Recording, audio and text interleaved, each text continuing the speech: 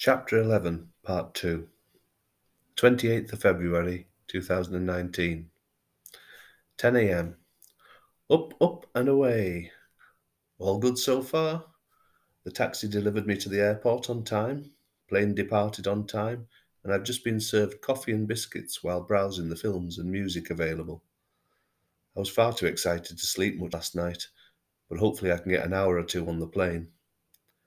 I'm so pleased I got the window seat, and even more delighted that the seat beside me is unoccupied. The air hostesses are all stunners too. What more could a man ask for? The menu looks good for the main meal. Spicy chicken with roasted vegetables for me, followed by a lemon cheesecake and a coffee. I might even treat myself to a few beers too. This is how work should be. I could get used to this, Mr. Diary. When we land, I'll get a taxi to the hotel and find my bearings. The Lexington Hotel is in a good location and not too far from a number of the main attractions in Midtown. If I'm not too tired, I'll have a walk around and take in the atmosphere of the Big Apple. From what I can gather, it's easy to get about, much safer than it was a few years ago, too. I promised myself a big steak tonight, all on expenses, of course. Tomorrow, I am a tourist, and then on Saturday the work begins. I can get the ferry to Ellis Island at 9:15 a.m., so that gives me plenty of time to investigate. At the very least, I'll get to see Ellis Island and the Statue of Liberty, so it won't be a wasted one. Right, I'll sign off now and update you again when I get to the hotel. A beer and 3 hours of The Godfather, I think. That will get me in the mood. 2:40 p.m. New York time. Arrived at last. Everything was running smoothly until baggage collection and passport control. I've been through a few airports over the years, but that was a nightmare. Collecting my case was like looking for a needle in a haystack. They changed the belt number up for our flight 3 times. People were running from conveyor belt to conveyor belt, hoping to catch a glimpse of their belongings. Eventually, a few of my fellow travellers managed to locate theirs, and mine showed up just as another half a dozen flights landed, and the next batch of unfortunates were set to go through the same chaos. Before I had time to calm down and stop sweating, the madness and mayhem of passport control loomed. JFK Airport has a reputation for being as welcome as an undertaker in an old folks' home, and I soon discovered it was a reputation well earned. The queue slowly snaked towards the line of officious officials. The last obstacle before entering the US of A. Stand still. Move into this line. Stay still. Get behind that line and stay there. A chunky woman in uniform barked at us as we closed in on the desk. By the time it was my turn to approach the desk, what little patience she had was exhausted. Number 9, you, yes, you. Now, step forward, quicker. Have your passport ready for the officer. She stared at me with all the contempt as if I'd just eaten her last donut. The man behind the counter was just as aggressive. Hand on the sensor, keep it still. He rolled his eyes and frowned as the machine failed to pick up my fingerprint at the third attempt. He stared at my passport and then stared at me with the apparent hatred in his eyes. My hair was longer on the photograph than it is now, and I had stubble, but it was still clearly me. I wasn't met with this much suspicion in Germany. They even smiled as they waved me through. Not here, though. No welcome to America or have a nice day. He seemed to growl as he tossed my passport back at me, as if to say, This is New York. I hope you die soon. A little shook up, I made my way into the vast foyer, and the mood changed again. Myself and the other weary travellers were greeted to a more familiar American hospitality. Overbearing and in-your-face niceties from dolled-up divas ready to fill your case with New York City tat and empty your wallet at the same time. Still, it was a welcome distraction from the aggressive and unfriendly officials I had encountered only minutes before. I was swept along by the throng towards the line waiting for taxis into the city. Streams of the familiar yellow cabs stood behind the glass, ready to whisk us weary travellers away.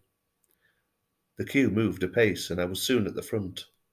My driver, a Mexican with no English, tossed my case into the trunk, when in Rome and all that, looked at my hotel address, nodded, and beckoned me to get in. The drive from the airport to Manhattan took an age. Traffic jams and roadworks all conspired to slow us down, but whenever there was a stretch of clear road, my driver thought he was Ayrton Senna. If there were any rules of the road, it was obvious that they didn't apply to him. No indication, no following the signs or stopping for red lights or pedestrians.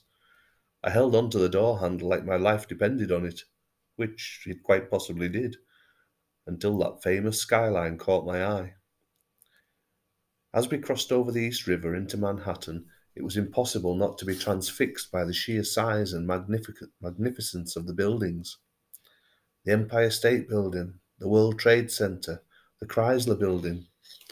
They all poked their heads above the dozens of others reaching for the sky on this island of granite. I looked up at the street signs to work out how far we were from the hotel. East 48th Street was mine. We pulled up behind a bus, and I could see East 62nd to my left. And a couple of minutes later we had arrived. He took my money and zoomed off down the street looking for his next victim. On entering the reception, the change of pace was welcome. I strolled through the grand, fairly empty lobby to be greeted by a set of teeth on top of a suit. "Welcome to New York, my friend. Checking in with us today?" He chattered on, hardly realizing I was there. "Anything you require, press 0 and we'll do all we can to help." "Ah, British. The British are always welcome here," suggesting other nations might not be. Throughout the check-in process, his toothy grin did not falter once. His jaws must have been aching. I looked at his name badge. Chuck Armitage. What a name. He couldn't have been more stereotypical American if he'd tried. Our countries might have some kind of special relationship, but Uncle Sam and Auntie Bee make for a strange couple. Stars and stripes, sassiness, and the starlight meets dour, depressed, Dickensian darkness. But they seem to like us, and we don't mind them, so it seems to work. My room was on the 14th floor, and I was expecting a glorious view, and I wasn't to be disappointed. My window overlooked Lexington Avenue, and it was everything I hoped it would be. I opened the window, crashed on the bed, and drank in the sounds of the city. I had managed to sleep for an hour or so on the plane, so I was not overly tired.